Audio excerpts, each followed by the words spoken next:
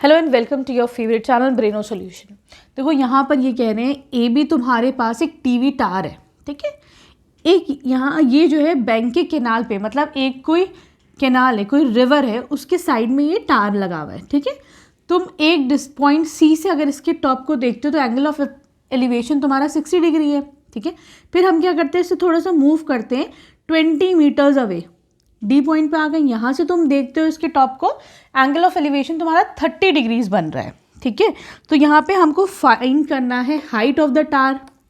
तो देखो तुम्हें क्या क्या देखना है, you have to find out height of tower,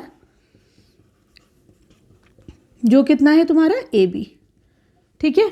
दूसरी चीज़ हमें क्या देखनी है, with of the tower, with of the canal. With of the canal क्या होगी, इस केनाल जो ये नदी है जो भी है उसकी कितनी विद है, ठीक है।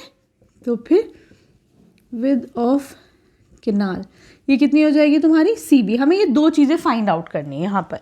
तो देखो बच्चों, अब सिर्फ हमें परपेंडिकुलर और बेस से मतलब है। परपेंडिकुलर हाइट ऑफ द वो होगी, टावर होगी, और विद क्या होगी, बेस, ये हो गई, ठीक है।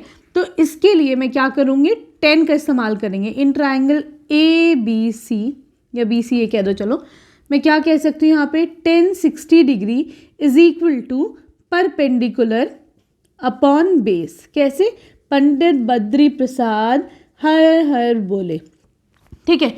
तो साइन भी नहीं इस्तेमाल करेंगे, कॉस भी नहीं, मैं यहाँ पे 10 इस्तेमाल करूँगी, परपेंडिकुलर अपॉन बेस, ठीक है। अगर हाइपोटेन्यूज की ज़रूरत होती तो हम लोग साइन और कॉस इस्तेमाल करते, लेकिन अभी हमें परपेंडिकुलर और बेस चाहिए तो हमने 10 का इस्तेमाल करा है, ठीक है।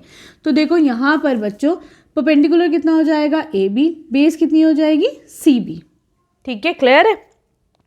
तो यहाँ से 10 60 क्या होता है, √3, ठीक। तो √3 में सी बी मल्टीप्लाई कर दो, this is equal to A B. तो तुम्हारे पास सपोज ये आ गई इक्वेशन 1, ठीक है, क्लियर है। अब हम इसी का इस्तेमाल करेंगे आगे। चलो अब आ जाओ तुम दूसरे वाले ट्राइंगल में। In triangle A D B, ये जो बड़ा वाला ट्राइंगल है, इसमें देखो बच्चों, इसमें लो 10 30 degree is equal to perpendicular upon base. Base कितनी हो गई तुम्हारी, बेस हो गई डी बी, ठीक है। डी बी को मैं कैसे लिख सकती हूँ, D B can be written as D C plus C B, लिख सकते हैं हम, ठीक है। यहाँ पर देखो हमें पता है कि डी सी कितना है, 20 मीटर्स है, ठीक है, क्लियर है। इसकी जगह मैं क्या लिख सकती हूँ, 1/√3। ये क्या है बच्चों, इसको ऊपर ले आओ, ला सकते हैं ना, इसको ऊपर मल्टीप्लाई कर दो, इसको क्रॉस मल्टीप्लाई, ये हो जाएगा 20 plus C B is equal to A B, ठीक है। अब मैं क्या करूँ, ये √3 इधर ले आती हूँ, क्रॉस मल्टीप्लाई कर देती हूँ, तो ये हो जाएगा √3 A B is equal to this much. अच्छा नहीं, रुको एक सेकेंड, रुको, इसको तुम ए बी के फॉर्म में रखो, देखो क्यों। हाँ, यहाँ पर भी ए बी है, यहाँ पर भी ए बी है, तो मैं दोनों को इक्वेट कर सकती हूँ, दिस इज इक्वेशन 2।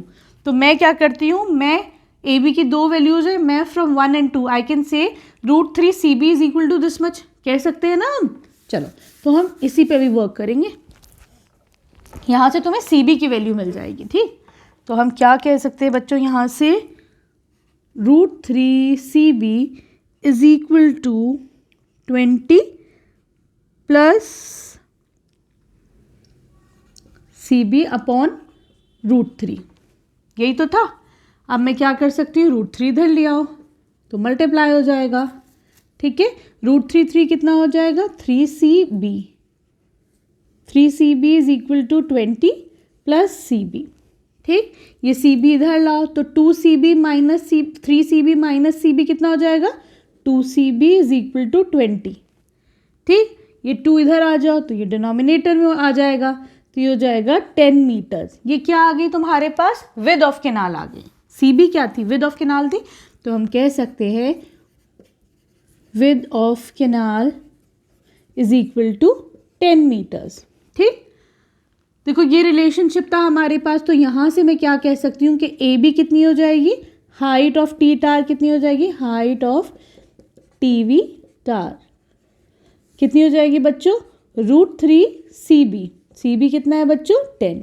तो मैं इसको कह सकती हूँ 10√3 मीटर्स। ये क्या आ गई तुम्हारी हाइट ऑफ द टीवी टार, ठीक है। आगे समझ में। अब आ जाओ तुम इसके क्वेश्चन नंबर 12 पर।